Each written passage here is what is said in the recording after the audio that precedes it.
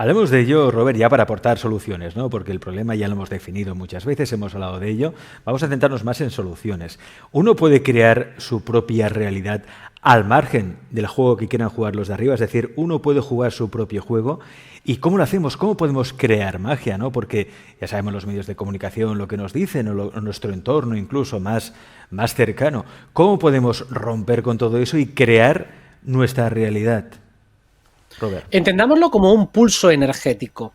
O sea, lo que está afuera tiene como una fuerza y lo que emana de dentro también tiene otra fuerza y estamos en constante colisión. Entonces, lo que tengo que aprender es a comprender cuándo la energía que está afuera, llamamos el mundo exterior, cuándo está a mi favor, cuándo está a mi contra, cuándo tengo que enfrentarme y cuándo tengo que dejar arrollarme. O sea, hay veces que no tengo que pelear. O sea, el saber escoger las batallas también significa esto todavía es inmaduro, no puedes pelear contra el sistema en este nivel. O sea, sería absurdo pues intentar reventarle la banca a los Rothschild. Eso es, ahora mismo está por encima de toda posibilidad. No tendría sentido un enfrentamiento o un planteamiento de ese tipo. O sea, básicamente cuando creamos realidad, tenemos que ser realistas en el mejor sentido de la palabra para saber que aunque tengamos el potencial para conseguirlo todo, no tenemos esa capacidad en este momento. Es decir, yo a día de hoy puedo llegar hasta este límite y de aquí no puedo pasar, pero más adelante podré sobrepasarlo. Entonces es un trabajo acumulativo, según el cual, a medida que yo aprendo a crear mi propia realidad, y si quieres ahondamos un poco en ello, sí, podré ir cada vez sorteando más la influencia que lo externo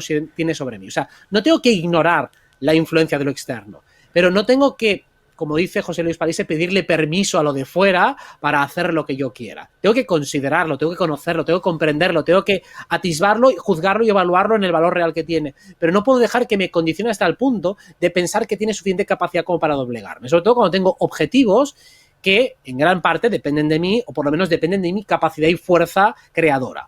En ese sentido, conseguir un trabajo o crearse un trabajo, una fuente de ingresos, de recursos, lo que sea, es algo que está perfectamente al alcance de cualquiera, aunque partas de la nada más absoluta. O sea, cualquiera puede hacerlo, porque todos tenemos una energía creativa inmanente para crear según nuestra manera de ser. No falta que todos seamos pintores y bailarines.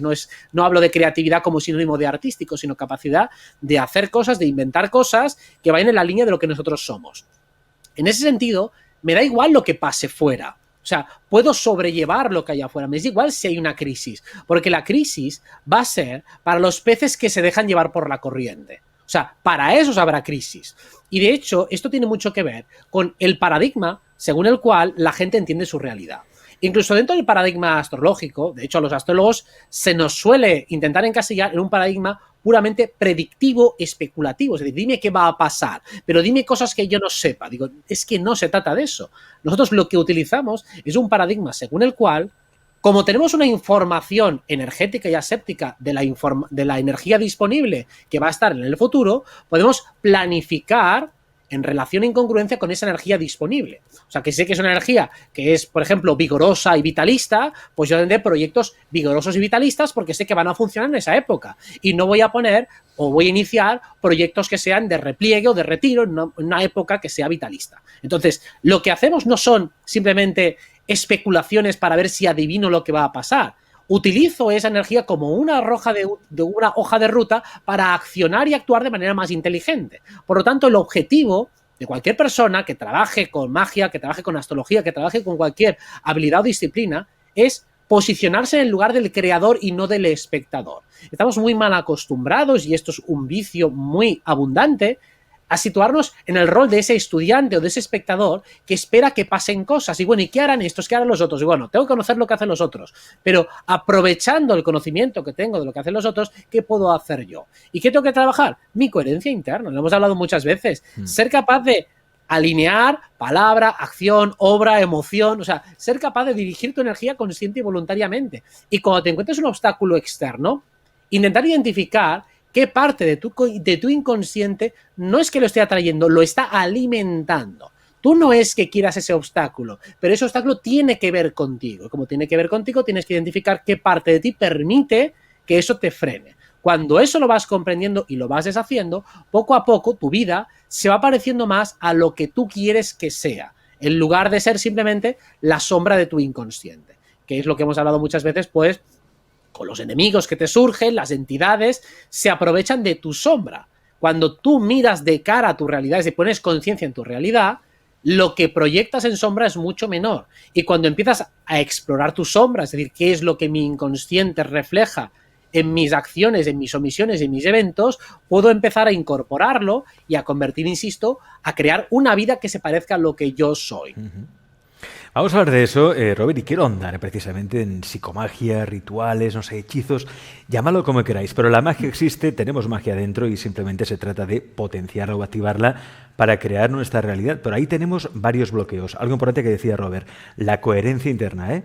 Hay que revisar esa coherencia interna. Más bloqueos energéticos, entidades.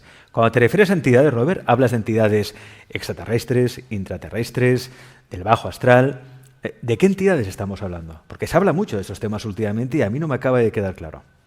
Bueno, porque hay de todo tipo. Generalmente las que nos encontramos son de bajo astral y son simplemente pequeñas larvas, pequeñas interferencias energéticas. O sea, el equivalente a que en la vigilia o en el mundo tridimensional te pica un mosquito. Pues son parecidos a mosquitos, insectos, la mayoría tienen de hecho forma de insectos o de larvas y que simplemente son molestas, son chupópteras. O sea, al igual que aquí te pica un mosquito y te duele y te pica y te escuece, pues allí es igual. Y si tienes una colmena de abejas picándote, pues entonces vas a notar que estás muy desgastado energéticamente. Y por supuesto se van a enganchar a todas tus fallas, flaquezas que tengas a nivel psicológico, que tienen su correlato energético y por lo tanto su disonancia emocional. Casi siempre lo hacen de una manera indirecta. Es decir, si una persona, por ejemplo, está en meditación, claro que le pueden intentar sabotear y atacar, pero es más complicado. De hecho, lo hacen, pero tú lo vas a notar enseguida. Sin embargo, la manera que actúan normalmente esas entidades es de manera indirecta. ¿Cómo lo hacen? Pues muy sencillo. Actúan sobre las personas de tu entorno que estén en ese momento más despistadas. Cuando una persona está despistada o está alterada emocionalmente, actúan sobre ella. Esta persona, después que está ahí alterada, actúa sobre ti, te molesta, te distorsiona, te increpa o lo que sea, y tú al estresarte o al reaccionar mal, es decir, que tienes una falla psicológica en el sentido de la interacción o de la relación social, generas una grieta energética y ahí es donde entra la entidad. Entonces, básicamente suelen actuar de esa manera indirecta desde lo social y tenemos que aprender a protegernos, no solo simplemente creando escudos y barreras energéticas, sino trabajándonos a nosotros mismos. Entonces, claro, esas entidades están por todas partes, están en este momento, ahora mismo, al lado nuestro y cualquier vidente puede verlas o cualquier clarisintiente puede sentirlas y notarlas y al final, cuando una persona está, pues lo que decimos muchas veces para resumirlo y simplificando, vibrando alto, pues tiene muchas más complicaciones para anclarse. Pueden merodear, pero es muy difícil que se anclen. Y sobre todo también, ¿por qué aparecen como grietas en nuestro mundo emocional? Porque nuestro mundo mental está desordenado. O sea, la falla no suele estar en lo emocional. La emoción es la consecuencia de un desorden mental. Y ahí es cuando entramos y tiramos del hilo todas las creencias limitantes que tenemos, todas las ideas equivocadas que tenemos del mundo y que generan contradicción con lo que realmente pensamos.